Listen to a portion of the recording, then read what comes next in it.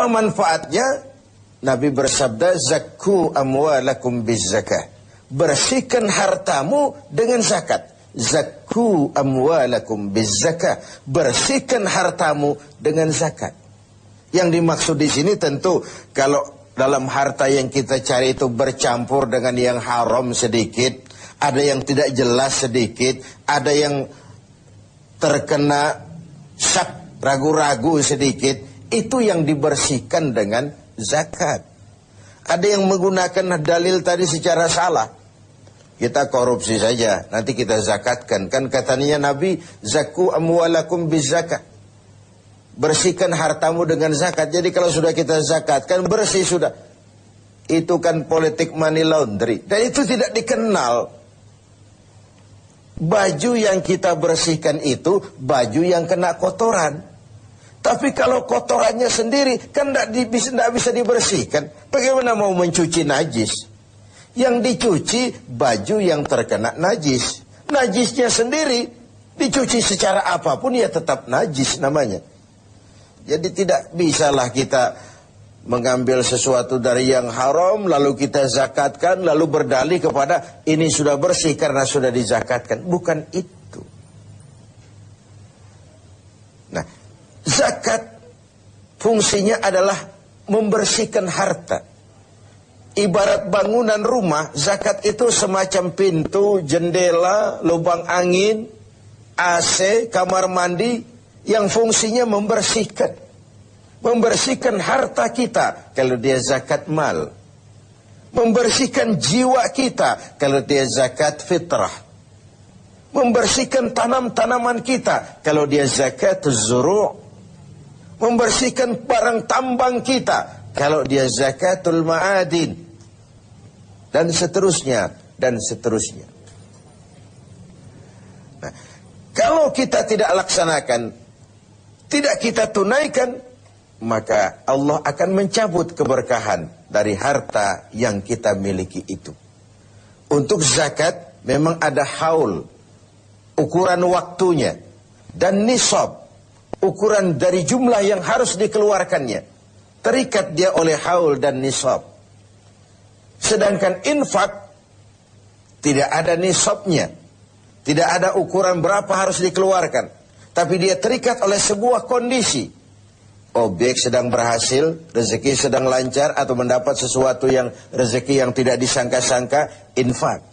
Sedekah tidak terikat apapun, anytime kita bisa melakukannya. Ini ketiganya baik zakat, infak, sedekah disebut ibadah maliyah, ibadah harta, ibadah yang memang tekanannya kepada harta itu. Pemirsa TV 7 yang berbahagia, keberkahan terletak pada bagaimana kita mencari harta dan membelanjakannya dengan benar. Keberkahan terletak pada mereka yang menerima, mendoakan kita. Bersyukurlah manusia kalau dia oleh Allah dijadikan berfungsi sebagai keran air yang menyimpan tapi tidak untuk dirinya, menyimpan tapi disalurkan kepada mereka yang memang memerlukannya.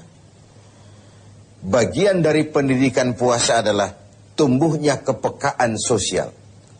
Kepekaan melahirkan kepedulian. Dan kepedulian dibuktikan di minggu-minggu akhir Ramadan ini dengan kewajiban membayar zakat, infak, setidaknya sedekah.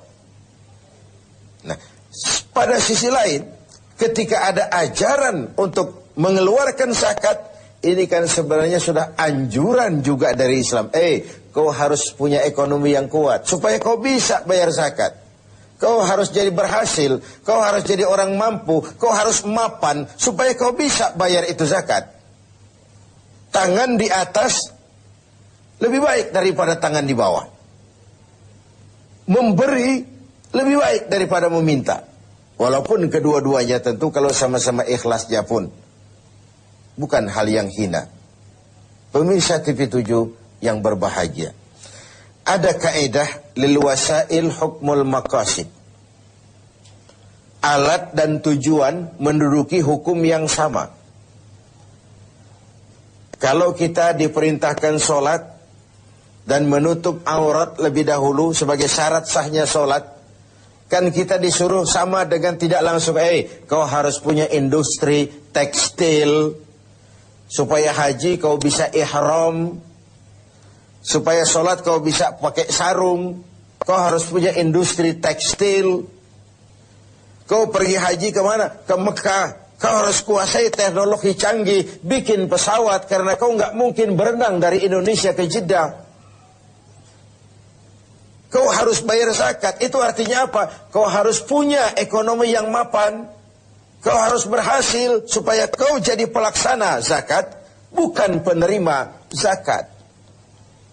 Kalaupun hari ini, tahun ini berdiri pada barisan yang menerima zakat, tanamkan di hati, sekarang saya pada barisan yang menerima zakat. Saya akan berjuang sepenuhnya agar tahun depan saya pindah menjadi orang yang membayar dan mengeluarkan zakat. Semoga di akhir Ramadan minggu ini kita dapat melaksanakan ibadah harta sesuai dengan kemampuan kita masing-masing.